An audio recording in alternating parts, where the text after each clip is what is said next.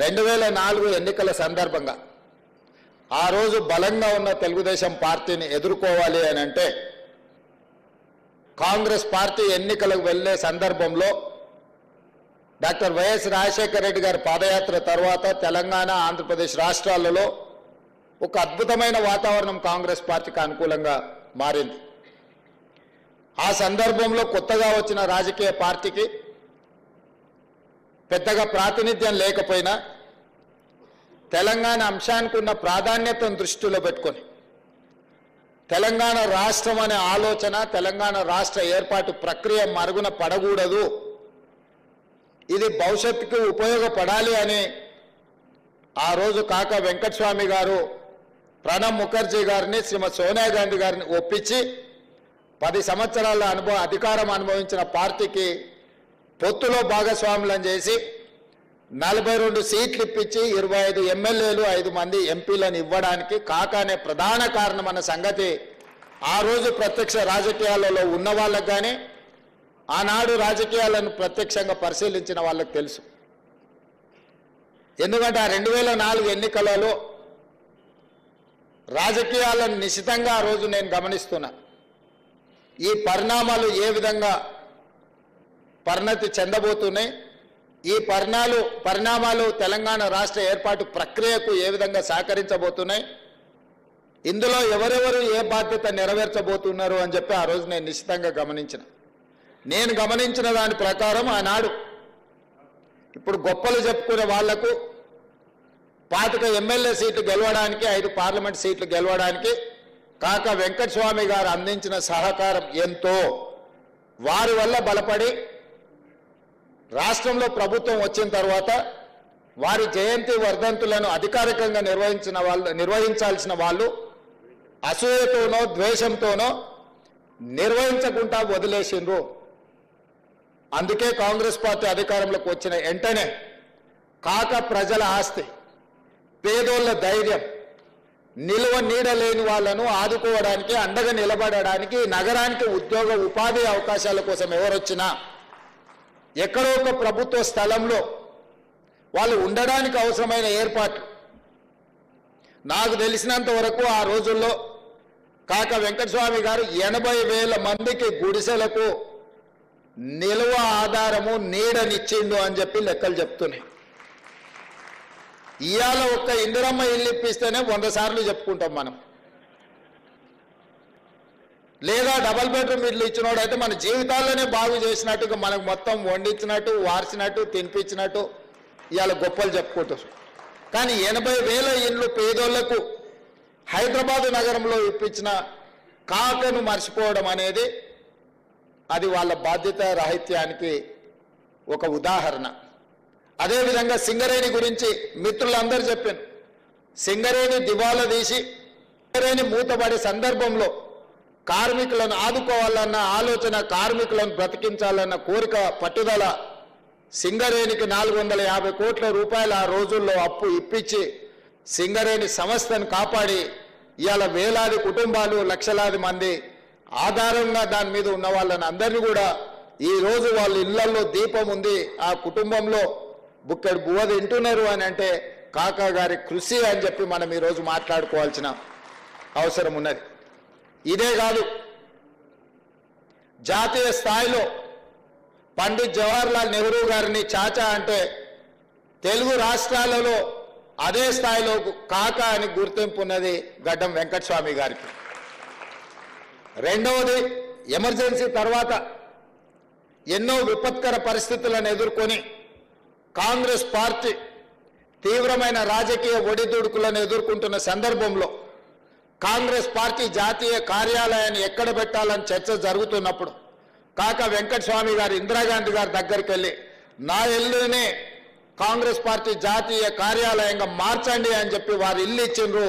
1977 నుంచి ఈనాటి వరకు ఆనాడు కాకా వెంకటస్వామి గారి ఇల్లే ఈ రోజుకు కాంగ్రెస్ పార్టీ జాతీయ కార్యాలయంగా కొనసాగుతుందన్న సంగతి ఈడున్న చాలా మందికి తెలవాల్సిన అవసరం ఉన్నది.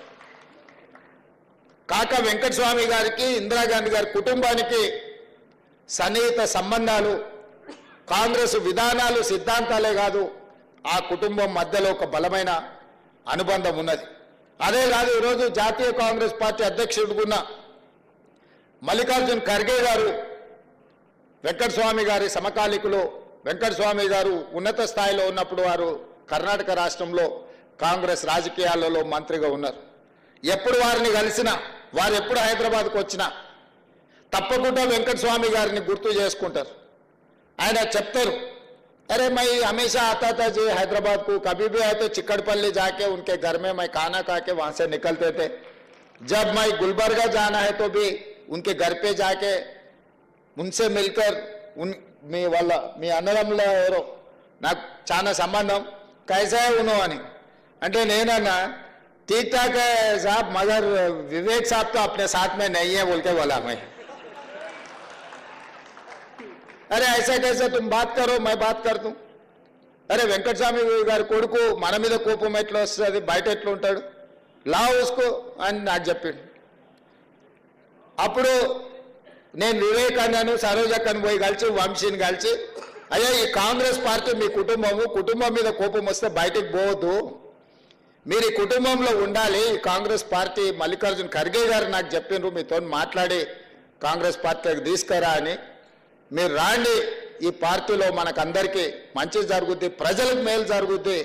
మీకు నాకు మేలు జరిగినా జరగకపోయినా, లాభం ఉన్నా లేకపోయినా తెలంగాణ 4 కోట్ల రాష్ట్ర ప్రజలకు మేలు జరుగుతుంది, మీరందరూ కూడా రావాలి అని చెప్పి వాళ్ళందరినీ కాంగ్రెస్ కుటుంబంలో కలిపి మొన్న జరిగిన ఎన్నికలలో, అది శాసనసభ కావచ్చు, పార్లమెంట్ కావచ్చు, అన్నిట్లలో వారికి వచ్చిన అవకాశాలను వారు సద్వినియోగం చేసుకున్నారు. వెంకటస్వామి గారి కుటుంబంనే కాకుండా సమర్థతతో వాళ్ళు నిరూపించుకొని ప్రజాప్రతినిధులుగా ఎన్నికైనరు. అందుకే ఈరోజు ప్రేమ్ సాగర్ రావు గారు ఎప్పుడు కలిసినా ఆదిలాబాదును అభివృద్ధి చేయాల్సిన అవసరం ఉంది, మీరు దత్తత తీసుకోండి అని నేను పిసిసి అధ్యక్షుడిగా ఆదిలాబాద్ వెళ్ళినప్పుడు వారు నాతో వేదిక మీద నుంచి చెప్పించింది. ఈరోజు నేను మీకు స్పష్టంగా ఆదిలాబాద్ జిల్లా పెద్దపల్లి పార్లమెంట్ ప్రాంతానికి సంబంధించిన అభివృద్ధి కార్యక్రమాలకు మొదటి ప్రాధాన్యత ఇవ్వడమే కాకుండా బట్టి విక్రమార్క గారు చెప్పినట్టు ప్రాణహిత చేవెళ్లకు డాక్టర్ బాబాసాహెబ్ అంబేద్కర్ గారి పేరు కూడా వెంకటస్వామి గారి సూచన మేరకు ఆ రోజు పెట్టడం జరిగింది. కానీ ఆ తర్వాత వచ్చిన ప్రభుత్వాలు డాక్టర్ బాబాసాహెబ్ అంబేద్కర్ గారి పేరు మార్చి ప్రాజెక్టుల రీడిజైనింగ్ పేరు మీద 1,00,000 కోట్లు మింగేసి కట్టిన కాళేశ్వరం మన కళ్ళ ముందలే కట్టుడు కూలుడు 2 జరిగిపోయినాయి. ఒకవేళ ఇప్పుడు ఉంటే కూలిపోయిన దాన్ని ఎత్తిపోయేదానికి కూడా మళ్ళీ అదే కాంట్రాక్టర్కు కాంట్రాక్ట్ ఇచ్చి మళ్ళీ 10,000 కోట్లు దిగమింగటోళ్ళు. ఇవాళ అందుకే తుమ్మిడి హెట్టి దగ్గర ఏదైతే ప్రాణహిత చేవెళ్ళ మొదట్లో డిజైన్ చేసిండ్రో తప్పకుండా ప్రాజెక్టును నిర్మాణం చేయడమే కాకుండా ఆదిలాబాద్ జిల్లాకు నీళ్లు ఇచ్చే బాధ్యత కాంగ్రెస్ పార్టీ తీసుకుంటుంది.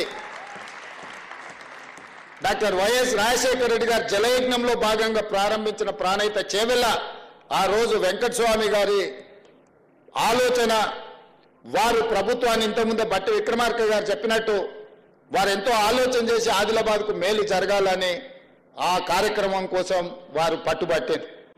ఈరోజు ఆ కార్యక్రమాలను కొనసాగించాల్సిన బాధ్యత మన అందరి మీద ఉన్నది. కాబట్టి ఈరోజు మిత్రులారా, పొన్నం ప్రభాకర్ గారు నేను కూడా కుటుంబ సభ్యుల్లో ఒకనే అన్నాడు. అట్లాగినా అన్నామంటే మంత్రి పదవి మరి ఆ కుటుంబానికి ఇచ్చినట్టే అయిపోయింది అనాల్సి వస్తుంది.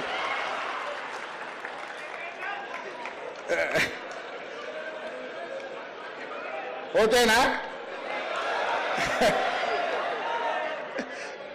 సో అందుకే ఈరోజు రాష్ట్ర ప్రభుత్వంలో తీసుకోబోయే నిర్ణయాలలో కాకా వెంకటస్వామి గారి కుటుంబం యొక్క పాత్ర క్రియాశీలకంగా ప్రముఖంగా ఉంటుంది.